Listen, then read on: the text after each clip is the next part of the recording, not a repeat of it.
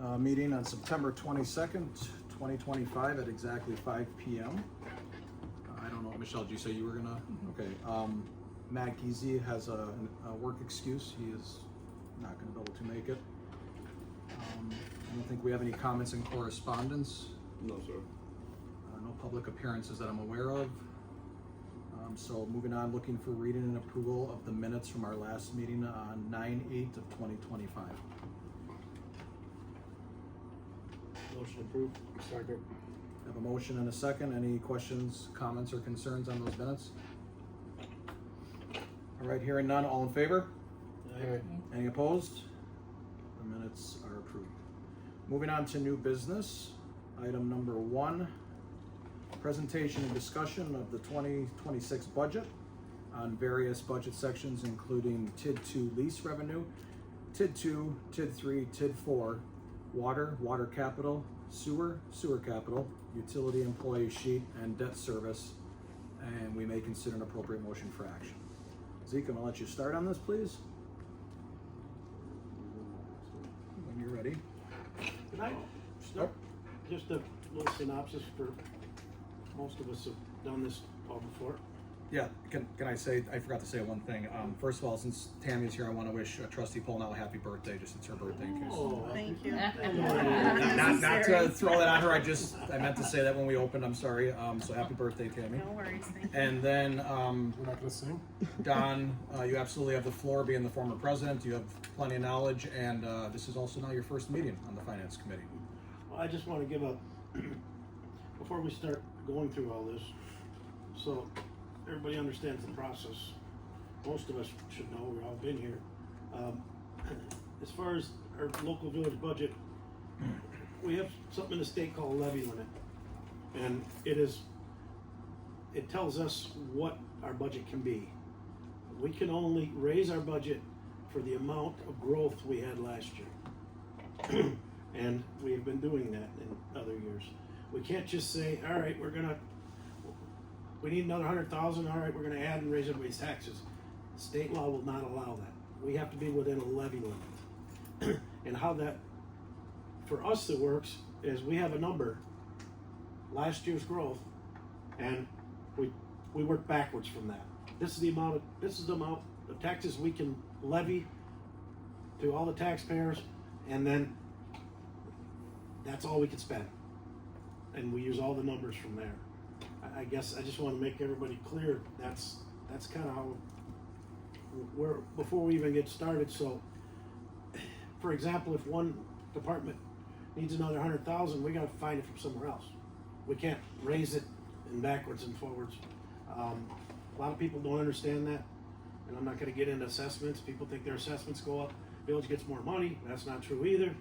I mean, we've got a certain amount of dollars we can spend. I don't have it memorized, but that's all the money we can spend, period. I mean, that's it.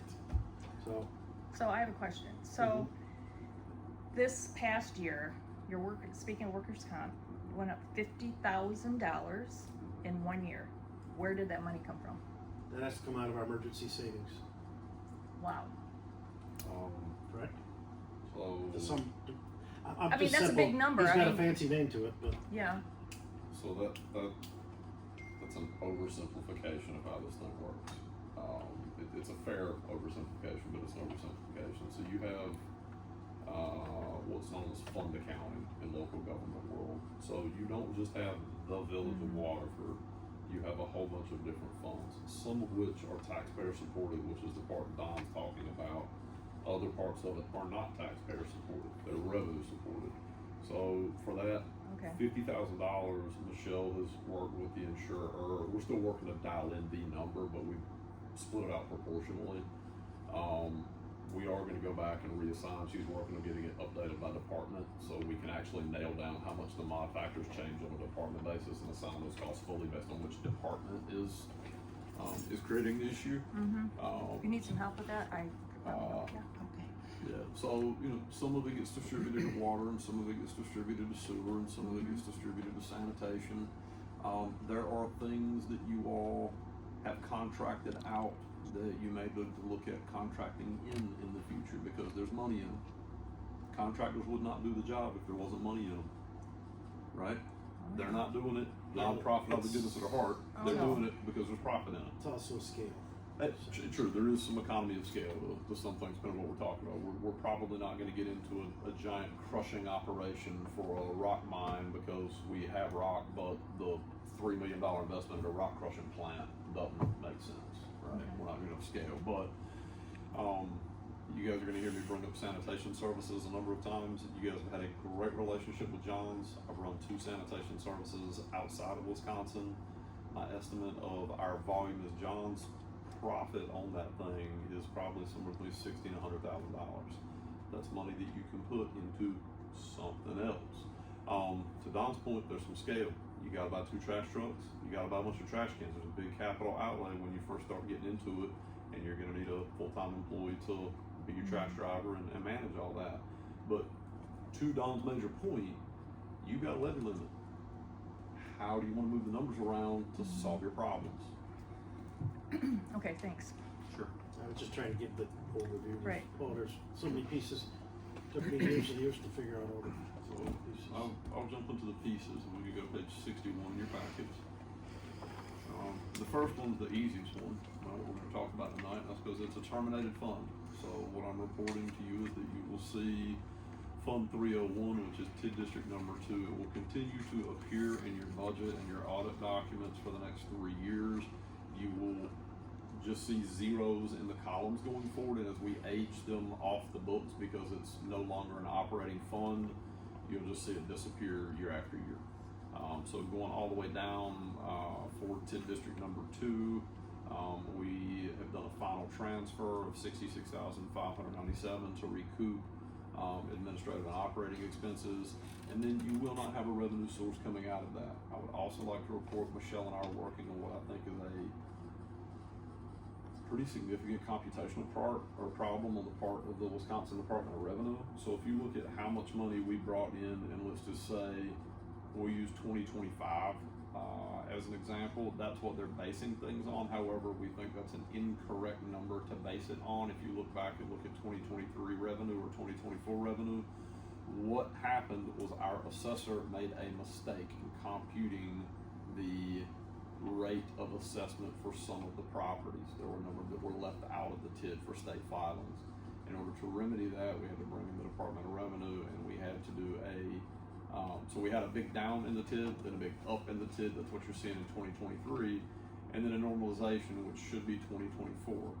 Our 2025 number should have been 812,903. It wasn't. It was 541,945. That has to do, I think, with the Dan McHugh computational issue. So as the state just gave us a few weeks ago our terminated TID calculation, instead of us bringing in, even on the low number there, 140,972, the state is saying, hey, congratulations for doing 20 years worth of work and taking on all that risk. You're going to get an extra $52,000 a year levy. And if that's the case, we should never do another TID district. I haven't shared that one yet, but it's like, why would we do all the things we did if in the end we're going to make another 52 grand? Like, that doesn't move the needle. Wasn't there 50 million value? 54. Yeah, and for 52 grand, like something's up with how they're doing their calculation. We've reached out to them like 3 weeks ago. They haven't called us back. So just know that that's in the air, and we are talking about it. This is a TID that had an exempt computer aid category. That has gone away, as has the personal property aid. So those will all zero out. All of your expenses are met. All of your debts have been met. This is now a closed TID, and you were able to take another few $100,000 out in 2023, 2024, and 2025. You got serial transfers with 541,000 went into the Lost 2 project as a 1-year extension of the TID for workforce housing. So you're able to buy that project down a little bit. Going on to TID district number 3. Can I Sure. make one comment for all our Facebook friends? This TID is ending, so the tax revenue from the value, 54 million, will fall. Now the schools, the county, community college, they will all benefit from the TID terminating. Now all these tax dollars will go to that. The school will get quite Apparently a lot less than what I thought they were gonna get, so Yeah, we hope we well. can get that cleaned up. But anyway, all these things, the school benefits the most because they get more The taxes than all schools of us. collectively should be getting about $400,000 based on the prior year's number, and under what they just told us, the schools collectively will only get about $100,000, and that's not correct. Well, we gotta figure it out. But anyway, I just wanted to. Yeah. Do they have an expectation that they were gonna get the Yeah. 400,000? Yeah, just like we had an expectation we were gonna be getting somewhere between 150 and 200. Okay. Well, good luck with that conversation. Yeah, it's gonna be fun. Yeah. So moving on, so I will say this, and this is a bit of a counter. If we get back word from the state that is the case, I think that we should actually consider a computational change on our tax rolls, because the net effect will be a giant tax decrease for everybody within the village in terms of the village's taxes. We should look at doing a 1-year serial borrow to at least bring us to a 0 point on taxes, so there's no change instead of a decrease. So we'll get there if we need to get there, from a discussion standpoint. TID district number 3 is the one where your activity really is happening. We don't get a final number until December, so right now we're giving you an estimated revenue number. Michelle got one update today. It was down by 15,000 in revenue. So we'll continue to dial this in as the state finalizes its number. So on the good news, TID district number 3 is bringing in, let's call it $1,071,000. That money is going out in a number of ways. One other piece that I'm going to raise again and again and again and again, year after year with this committee, is you should absolutely load this financing vehicle up with expenses, because inflation over the next 16 years will help you to pay for things if you have growth. If you have no growth, inflation will still help you pay for things.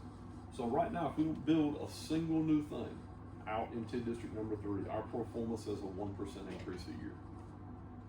We haven't had a 1% increase a year in real estate values in 40 years. I'm not saying we can't have that. I'm simply saying that the politicians in Washington, D.C. like to run the printing press, and that usually means real estate values go up. So you do have a transfer in from special funds of $3,312,000, and that is to handle a number of contemplated expenses, which I expect we're going to have some debate about, but I'm going to ask you to hold that until we get to the end. So this is your overview, then we'll circle back and talk about TID district number 3. So within here, we have some refinancings, long-term financing. You have a number of what I will describe as small operating expenses associated with the park itself, the ice rink, the play stream, things just to keep that up and not have the general taxpayer bear those expenses. You have a number of development incentives. Good news is many of the incentives that we had paid out early on are now reaching completion. So for example, the incentive that Dave Hendricks had been receiving, he's now gotten everything he's going to get. It's all revenue from here on out for us. Trailview, we'll have some for a couple more years, as will Deer Trail, but the pre-3 incentive is now done. So, $250,000, give or take, is now just straight revenue for the village to deal with things inside the TID. So we structured all the deals within the TID to be heavy up front, the developer receiving, their outlays, and then us getting ours in the long term. So this TID is solvent. Big projects that are contemplated in here, again, I expect you're going to have conversation, but I'll ask you to hold that until we get through this piece so we can hit the check off boxes on the other pieces. This is going to be the meat and potatoes of your conversation today. This is probably right here. We have engineering for the bridge and stage in Tenfield Park at 180. We have Main Street reconstruction, we have lighting, and we have line burial incorporated into the budget. Moving on to TID 4. TID 4 not doing as great as we would like for it to do. TID 4 was really predicated on Mobcraft pulling through and doing the things that we needed them to do. That did not happen. So what we have contemplated in here is a 1-year construction borrow, probably from CSB, so that's how we've titled it. We've had conversations with them. So it's $1.1 million. And we also have a lease denoted in there. $84,000 is your debt service cost on that. So we have held a full B alcohol license in reserve to incentivize someone to come in and occupy that space. This would be an asset owned and controlled by the village and acting as a permanent revenue source, as we talked about earlier. Former President Houston talked about earlier. You need some money other than taxes, and I made recommendations to this body 8 years ago that you all should have gotten into property investment and ownership, having a leasing company manage that. You all chose not to do that, and you're now at a position where the can has been kicked about as far as the can be kicked, and you're 8 years behind the 8 ball. So you now need to get into property investment so you have revenue coming in, or you need a lot of volunteers to step up. So we got a shovel for all of you to, right? Okay, nobody laughed, but you all should have chuckled at least at that one. Yeah, wah, wah. So you'll see the expense going down, renovation of fire station 1.1 million. I do not expect this TID to recover expenses. I'm going to say that out loud. You do have another 22 years remaining in it, so it's conceivable that with inflation, this thing does pay off. But you have some debt cliffs coming up that are going to ratchet up your debt there, and as a minimum, you need to get the fire station done, so this thing has a chance to be solved. It's just not going to be solving at all unless you tackle that. Going on to the next one. The water fund, I'm going to describe this one as pretty straightforward. Your rates are set by the PSC. PSC reached out to us, not the other way around, and said, hey, it's been a while since you had a rate increase. We are recommending that you apply for an abbreviated rate case. That means a 3% rate increase or up to a 3% rate increase. We asked our engineer to file and submit that paperwork to see where we'll land with it. We've incorporated that rate increase into the budget. So via motion from the board, we would then enact that rate increase provided PSC approves it. You have debt proceeds from the Clean Water Fund from the Wisconsin Department of Natural Resources for $2.195 million. That is to rehab well number 5. Rick, 6? 6, sorry. Build number 6. Yeah, alright, so well 6. I want to scroll down on that one. Everything else more or less stays the same. You continue to pay off your debt, you do your capital acquisition, but that is running negative $230,000. When PSC will not let you do a rate case until after you have spent money. That's just how they work. So you have to go do the well, you have to run negative, and then you have to come back and say, hey, we're running negative. We need you to let us raise rates. And then they take their sweet time up to 18 months. And it's like, oh, sorry that you were on the verge of bankruptcy. Yes, we will allow you to raise rates. And then you do. So you're always behind. And in the interim, you will end up loaning money, if it comes to that, from your general fund to your water utility to keep it solvent, or from your sewer utility to your water system to make it solvent. It's supposed to run at basically a break even, right? It's a public service. That's the idea behind it. There was a time that cholera killed a lot of people, and the laws that regulate this are from a time of cholera for good reason. We don't have cholera anymore. Congrats. Fund 610 sewer. This is on page 70. A good chunk of the cash that is held in the sewer fund is going to be spent on East Main Street line replacement. So while you do have a healthy cash balance here now, you loaned out a few $100,000 to build the docks. That's now being repaid annually with 6% interest. So you've got a good investment return there, and it's a fully subscribed dock system. We have included a rate increase of $11.34 per residential customer. Per customer per quarter. To help balance the budget out. So this is the first significant rate increase you've had in a long time. You'll see that we've got debt proceeds coming back from the docks. That's an internal loan repayment, wages and salaries. I would like to note that as we continue to grow the village's structure, Michelle and I are trying to do a better job than what you had in the past by assigning specific employees to specific departments. We've got a bit of what I would describe as an incongruency on how PSC would like for you to engage in timekeeping and historical instruction to DPW employees about how timekeeping is supposed to take place. And we'll have to have some follow-up about this particular part of the conversation, but if you were to reconcile those two sets of books, it would be like running a water system for nothing, right? But you can't run a water system for nothing. We have to have those certified operators around in order to run the water system. So it's just not fair the way that the books have been set up. It needs to be cleaned up. This is an attempt at doing that. We're making significant capital outlay here. This is largely East Main Street. There is an insert for a vac truck. We're going to need to amend that number by 200 grand. So vac truck's 450,000, not 250,000. We got a quote back, and last time I priced the vac truck, it was 250K. The world has changed in 8 years, so I just didn't realize it would change by that much. Is what it is. Yeah. Go. Any other questions? Let me run through it and we'll just knock it apart. So water capital improvement is on page 73. You've got East Main Street, so we're gonna deploy cash on hand of 401,000. You've got the well, which is borrowed money. Staff has asked for a payment kiosk. One of the things that you're going to need to look at in future years is a reduction of 1 FTE here in administration, and you're going to look at how you operate your counter.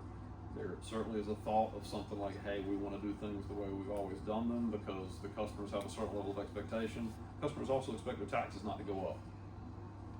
So you got to pick one or the other. Something has to give. There's no such thing as a free lunch. So if members of the general public would like to volunteer and work as counter clerks so that we can maintain hours and staffing to do that, we're glad to entertain that as an option. We would ask you to select or submit specific names so we can interview them and actually enter it as a real solution, not an intangible one. Page 74 shows the rates contemplated and proposed. Page 75 shows specific assignment of water employees. We have a sewer sheet. We forgot to include that in the book here, so Michelle's gonna hand that one out to you. Page 76 is a summary of your utility. We do this more for me and Michelle and the auditors, just as a like 30,000 foot overview of what's going on with the utilities. You can see the utilities cash flow positive, cash flow negative, and if you deduct capital outlay, your utilities are running fine, but you're investing back in the systems themselves, and so it shows like it's a net loss, but it's not a net loss. You're changing it from cash to asset on your balance sheet. Okay, page 78, this begins your debt service fund. You have not changed your amount of levy for debt service the entire time I've been here. It's been $595,000 for 8 years. That's a long time for no prices to have changed. So if anybody can name me anything but a 99-cent can of Arizona tea that hasn't changed price for the last 8 years, I'm all ears. Other than the amount of taxes you've been charged by the village of Waterford. So I think we deserve to be on Saturday Night Live for that, and pat it on the back for all the great work we've done, just like Arizona Tea's done. You've got a small amount of transfer in from park and fire impact fees. Impact fees are derived from new building. Your availability of buildable land is diminished. I expect you'll have less building in the future than what you've had in the past, particularly given the economic headwinds of interest rates. All your debt services laid out there. Going to page 79, this is where the meat and potatoes are on what I want to call attention to. So for looking at the very first column in the left-hand side where it says general purposes, this is combined P&I, so principal and interest. 717,000, 730,000, 745,000. In 2028, it drops to 408. We asked our financial advisor to do a calculation for us. It's been about 3 years ago now, to ask the question of how much could we borrow if we didn't want to raise the taxes any above the 595, and the answer we got back a few years ago was about $5 million. Some time has gone by, but interest rates have also changed. They've gone up from when we asked that question. We did ask him last week. Hasn't got back to us yet. He was on vacation, but we will get you a number on what you can borrow, and that really should weigh in on your decisions and what you do. Good news is you've paid off everything beyond 2042. So you're now at a point that you've got 3 years of zero outstanding general fund debt obligations. That's great. You can look at TID number 3. So that is the fourth column from left. I want to call your attention to that. The reason I'm calling your attention to that is while we have enough income right now to continue to make debt service payments until 2034, in 2035, if you do not have enough cash set aside to make 5 extra balloon payments at $1 million a piece, you will need to raise your real estate taxes by 50% in order to make those tax payments. Yes, sir. Is that at the existing, All of your long-term debt locked up, finalized, is that, existing. Yes. what number is, I You- guess, what expenditures have you figured in that? That's the big- Everything. That's the big, Everything that you have already contemplated, everything that has already gone out. So okay, so any new would be any additional. new is going to be addition to. Thank you. That was my So point. while that should not necessarily be a reason to, in and of itself, stop a project, you should. When I said earlier, TID3, you should load this up. You should load it up, because if you don't load it up, you don't have any opportunity to recover it. If they are projects that need to be done and they can be part of the TID, park them in the TID. If they can't be a part of the TID, for example, a fire engine, I would tell you think really carefully about that, because 100% of that has to be borne by taxpayers. If you're talking about park improvements or East Main Street, or any real structural improvement that is within a half mile of the boundaries of TID District number 3, park in TID number 3. TID number 4 I mentioned earlier, debt's pretty straightforward on that. You've got an ability to cover the debt on that until 2030. After 2030, it doesn't quite double, but your service goes from 191,000 to 373,000. That fire station needs to be up, running, and throwing off increment substantially, and we need to be spurning other development. Your impact to taxpayers, if you don't have those pieces of the puzzle put together, is a 5 or 6% tax increase in order to service the debt there. Water is what it is, sewer is what it is, your rates, as I mentioned earlier, are what they are, and then you have a dock that is successfully paying its debt service and will continue to do so as long as we keep leasing that out. Everything after that is subordinated debt sheets, so you can see all the P&I and amortization schedules for those. So I'm gonna launch the conversation about East Main Street, and then I'm gonna shut up and let you guys hash out whatever you're gonna hash out. So I wanna bring up